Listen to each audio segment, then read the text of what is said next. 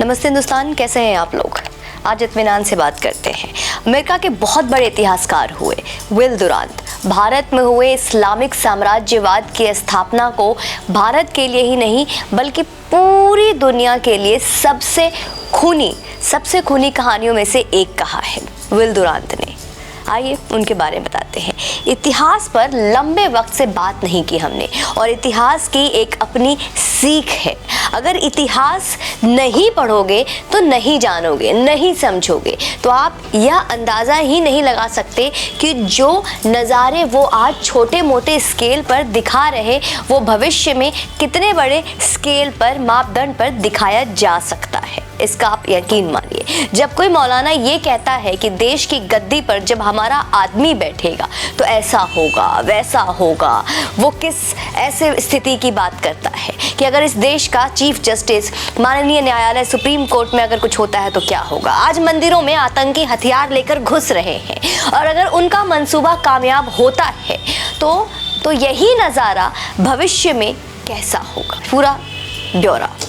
इसलिए हमने सोचा कि एक बार आपको आज फिर से उसी काले इतिहास की मैं सैर करा दें जहां से आप नजरें चुराते हैं। इसलिए बैठकर आराम से बात करने आए हैं। भारत के इतिहासकार हुए सीताराम गोयल। इस्लामिक विध्वंस पर उन्होंने काम करने की बहुत कोशिश की, लेकिन आखिर में उन्होंने यह लिख दिया कि मेरी खोज अधूरी है। ये इलेक्ट्रिक बोर्ड जो पीछे देख रहे हैं उसका इग्नोर कीजिएगा जरा। जानते हैं उनकी क्या खोज क्या थी? उनकी खोज थी दोस्तों कि उन मंदिरों की संख्या जिन्हें आतताइयों ने ध्वस्त किया था, जानते थे कितना बताया था सीताराम जी ने? 2000 मंदिर। अब सच सुनिए, सच सुन के थोड़ा सा आपको यकीन नहीं होगा। आइए सच सुन लेते हैं, थोड़ा सा सच जान लेते हैं। असल में यह संख्या कितनी थी? 2000 थी क्या? असल में यह संख्या थी दोस्तों 40,000 की संख्या थी। और यही वजह थी कि सीताराम गोयल जी ने यह लिखा कि मेरी खोज अधूरी है। 25 लाख हिंदू बेटियों को अफगानिस्तान स्लेव ट्रेड में ले जाया गया था। स्लेव ट्रेड समझते हैं आप? स्लेव बनाने के लिए बेचे जाने वाली लड़कियां। अब आप इतने नासमझ तो नहीं ही होंगे कि स्लेव का मतलब ना जाने। इससे आगे मैं आपको समझा भी नहीं सकती हूँ मेरे प्यारे दोस्तों। जानते हैं कि बोलियां कैसे लगती थी हमारी हिंदू बेटियों की? दुख्तरे हिंदुस्तान नीलामे 2 दिनार। इसका हिंदी ट्रांसलेट भी बता देती हूँ, यानी कि 2 दिनार में हिंदुस्तान की बेटियों को खरीद लो। जब देश लोकतांत्रिक है, एक व्यवस्था है जो अपराध पर लगाम लगाती है, किसी का शोषण होने पर शोषक को सजा देती है, तब आपकी हमारी बेटियों को कोई अब्दुल सूटकेस में बंद कर रहा हो तो कोई 35 टुकड़ों में काट कर फ्रिज में पैक करता है और धीरे धीरे जंगल में फेंक रहा है। जब उनका शासन था तो बेटियां सरेआम नग्न कर सड़क पर खड़ी कर सब्जियों की तरह बेची जाती। कड़वा है पर सच है। 80 मिलियन लोग यानी कि 8 करोड़ हिंदू आबादी को मौत के घाट उतार दिया गया 500 साल के शासनकाल में। और इसके ठीक दुगनी संख्या उन हिंदुओं की थी जिन्हें जबरदस्ती मजहबी बनाया गया। सच कड़वा है, सुनते जाइए। ये तो बस कुछ आंकड़े हैं जो हमें मुंह जुबानी याद है। कई आंकड़े और कई तथ्य ऐसे हैं जो ना हमसे बोली जाएगी और ना यकीन मानिए आपसे सुनी जाएगी।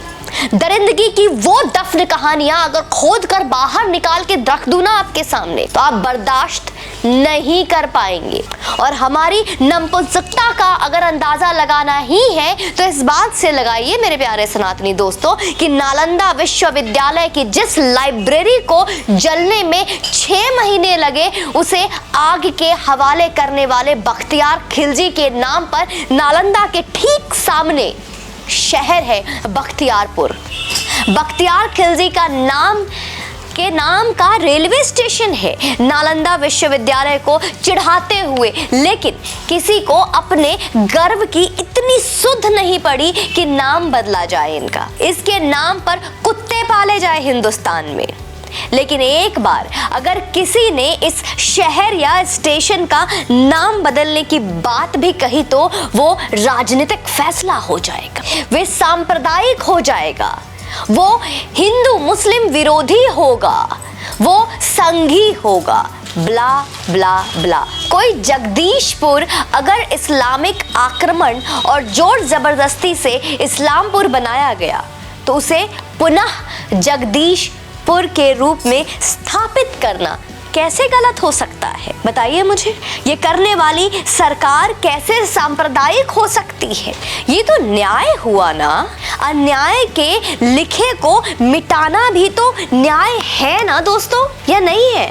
सांप्रदायिक तो हुआ जबरदस्ती धर्म परिवर्तन करवाना, अपनी मजहबी उसूलों को देश के लोकतांत्रिक व्यवस्था से ऊपर रखना, सर तन से जुदा करने के नारे लगाना और कर देना, और अपने खूनी इतिहास की पुनर्स्थापना की हर पल चेष्टा करना। ये सब सांप्रदायिक आतंक नहीं तो क्या है?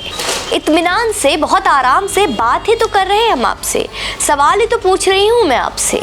और कहाँ जाऊँ मैं आपके अलावा, किससे सवाल पूछूं? क्योंकि आपकी वजह से मुझे यकीन है, उम्मीद है कि आप इन सवालों को शेयर करेंगे, वीडियो को लाइक करेंगे और दूर दूर तक इस वीडियो को फैलाएंगे। मुझे यकीन है मेरे अपने सनातनी दोस्तों पे। किस चीज़ के इंतज़ार में बैठे हैं? अरे किसी को लगता है कि हम नफरती बयान दे रहे हैं, किसी को लगता है हम नफरत फैला रहे हैं। सिर्फ सच बता रहे हैं, इतिहासकार के नाम के साथ, उनके खोदे हुए इतिहास के साथ, उन आंकड़ों के साथ सिर्फ सच बता रहे हैं आपको। अगर आप कुछ सच खोज नहीं सकते तो उस खोजे हुए सच को बांट तो सकते हैं लोगों के साथ, जागरूक करने में सहायक तो बन सकते हैं हमारे। बाकी आप खुद समझदार हैं, मुझे बता दीजिएगा। कमेंट बॉक्स में हमेशा आपका स्वागत रहेगा। जय हिंद, वंदे मातरम।